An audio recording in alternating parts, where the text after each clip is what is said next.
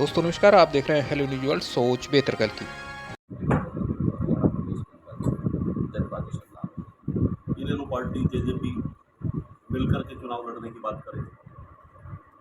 जहाँ इनलो और जज्बा की बात है, दोनों एक ही परिवार के हिस्से हैं। चौधरी ओम प्रकाश चौटाला जी इस परिवार के मुखिया थे और हैं। इस पे दोनों पार्टियों के शीर्ष नेतृत्व का फैसला है। जो फैसला शीर्ष नेतृत्व करेगा वो हमें मंजूर है। इस पे मैं बड़ी टिप्पणी नहीं करूँगा। कर्नाटक में बड़ी जीत के बाद कांग्रेस आजकल उत्साहित दिखाई पड़ रही है, जोश में है। हर स्टेट के मुद्दे अलग होते हैं। आप बात करें राजस्थान की, राजस्थान के अंदर पिछले लोकसभा चुनाव में जो बहुमत बीजेपी के पक्ष में रहा, उसके कुछ समय के बाद जब राजस्थान में विधानसभा चुनाव निकल, आपने हालात और परिस्थितियाँ देखी, कांग्रेस को कौन होगा। तो ये हर स्टेट के मुद्दे अलग होते हैं और समय और परिस्थितियों के अनुसार समीकरण बदलते रहते हैं। हरियाणा प्रदेश के अंदर इस तरह का कोई माहौल नहीं है। निश्चित रूप से हम बहुमत के साथ सरकार बनाएंगे। दुष्यंत चौटाला इस प्रदेश के मुख्यमंत्री। हम जननायक जनता पार्टी के सच्चे सिपाही हैं और दुष्यंत चौटाला जी के जो आदेश होगा उसके पालन। यानी टिकट मान के चले कंफर्म। टिकट 100% कन्फर्म है और हम चुनाव। एक एम्स का बड़ा मुद्दा यहाँ चल रहा है लगातार, आज भी पूरी तरह सिरे नहीं चढ़ पा रहा। लगातार सरकार दावा कर रही है कि अक्टूबर सितंबर तक शिलान्यास भी हो जाएगा, लेकिन एक पैच अभी भी बाकी। किस तरह देखें? बावड़ की रैली में माननीय मुख्यमंत्री महोदय जी ने 2015 में एम्स की घोषणा की। जब लंबे समय तक इसको अमली जामा नहीं पहनाया गया तो इस क्षेत्र की जनता ने एम्स संघर्ष समिति का गठन किया और मैं आज बड़ी मजबूती से कहता हूँ कि इस क्षेत्र को एम्स मिलेगा।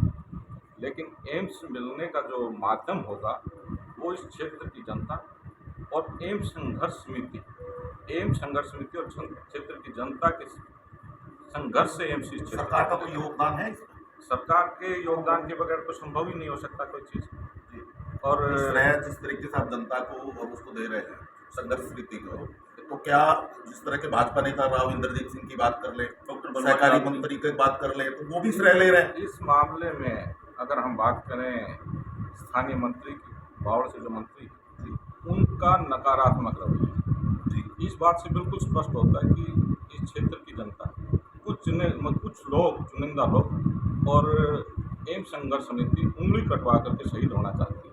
इस क्षेत्र की जनता का और एम्स संघर्ष समिति का अपमान और इसका खामियाजा तो चुनाव में उनको उठाना ही पड़ेगा। और जहाँ राव इंद्रजीत सिंह की बात है, राव इंद्रजीत सिंह इस क्षेत्र के बड़े प्रोजेक्ट जहाँ भी रहे हों उनके अंदर उनका अहम योगदान रहा है। उनको सिरे चढ़ाने और एम्स के लिए वो संघर्षरत है और प्रयास से राव साहब के प्रयास से एम्स सिरे चढ़े। 28 प्रधानमंत्री आप अध्यक्ष हैं, बड़ी जिम्मेदारी है आपकी। गठबंधन चुनाव तक रहेगा या कैसे देख रहे हैं आप? पिछले 4.25 साल से प्रदेश के अंदर गठबंधन की सरकार मजबूती से प्रदेश के अंदर विकास कार्यों को गति दे रही है। गठबंधन मजबूत है। विपक्ष इस तरह के भ्रामक प्रचार समय समय पर करता है कि गठबंधन टूटेगा। गठबंधन चट्टान की तरह मजबूत है और हमारी उम्मीद कि चुनाव गठबंधन में होगा और गठबंधन में विधानसभा चुनाव लड़ेगा। तो आप भी लगातार प्रयास करते रहे बावड़ सीट से, अगर गठबंधन होगा तो सीट उसका भाजपा ले जाए, तो फिर आपका राजनीतिक भविष्य किस तरह देखते हैं? भारतीय जनता पार्टी के शीर्ष नेतृत्व की सोच है कि चुनाव और राजनीति के अंदर एंटी इनकम्बेंसी कभी भी पार्टी के कैंडिडेट की। और वर्तमान में जो बावड़ से मंत्री हैं उनके बारे में आपको मेरे से ज़्यादा भली बात ही पता है। आप थोड़ा खुल कर बता दीजिए ना। आपको अच्छी तरह पता है पिछले चुनाव में जिस तरह से क्षेत्र में विरोध था जी, और इस बार जनता के अंदर विरोध है और इस विरोध के कारण भारतीय जनता पार्टी निश्चित ये जो विरोध है ये कैंडिडेट्स का है भाजपा का है? मैंने आपको बताया कि कैंडिडेट का ही होता है, पार्टी का नहीं होता। पार्टी भी तो है उसमें, जो सरकार के कार्यकलाप है उसकी वजह से चुनाव गठबंधन में होगा। बावड़ की सीट निश्चित जननायक जनता पार्टी के खाते में होगी और जननायक जनता पार्टी बावड़ से चुनाव लड़ेगी। अगर मान जी, आज प्रेस कॉन्फ्रेंस बुलाई है जी, क्या कहेंगे? हरियाणा सरकार का एक महकमा HSIIPC, जिसको हरियाणा औद्योगिक एवं बुनियादी ढांचा विकास निगम के नाम से जाना जाता है, की जो भूमिका है कि किसानों से जमीन अधिग्रहित कर उस पर बुनियादी सुविधाएं उपलब्ध करवा करके उद्यमियों को प्लाट आवंटित किए जाते हैं ताकि वो नए उद्योग लगा सकें। दूसरी तरफ हरियाणा सरकार का एक महकमा है उद्यम एवं रोजगार निगम, जिसका कार्य हरियाणा के हर डिस्ट्रिक्ट में संतुलित औद्योगिक विकास एवं रोजगार सृजन करना है।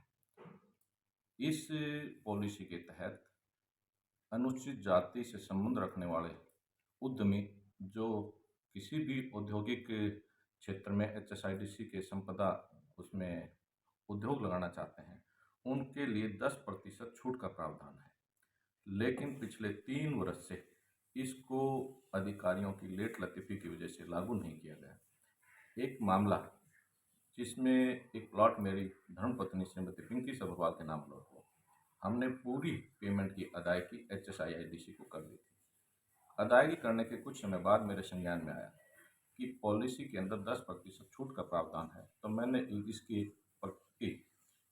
रिप्रेजेंटेशन HSIDC स्टेट मैनेजर के तहत थ्रू प्रबंध निदेशक HSIDC को भेजा। काफ़ी लंबे संघर्ष के बाद फाइलें वहाँ पड़ी रही, कई बार कमेटियाँ बनी, कई बार उसमें ऑब्जेक्शन लगे और यहाँ तक कि मुझे खुद फाइल उठा करके विभाग में घूमना पड़ा।